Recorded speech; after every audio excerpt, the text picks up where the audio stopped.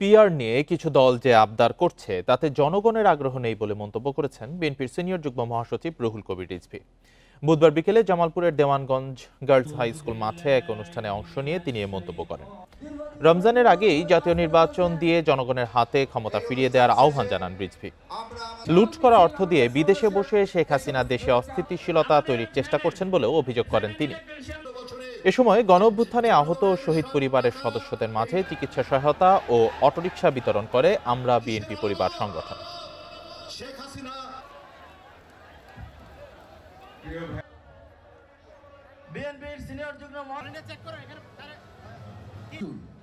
আমাদের প্রথম যে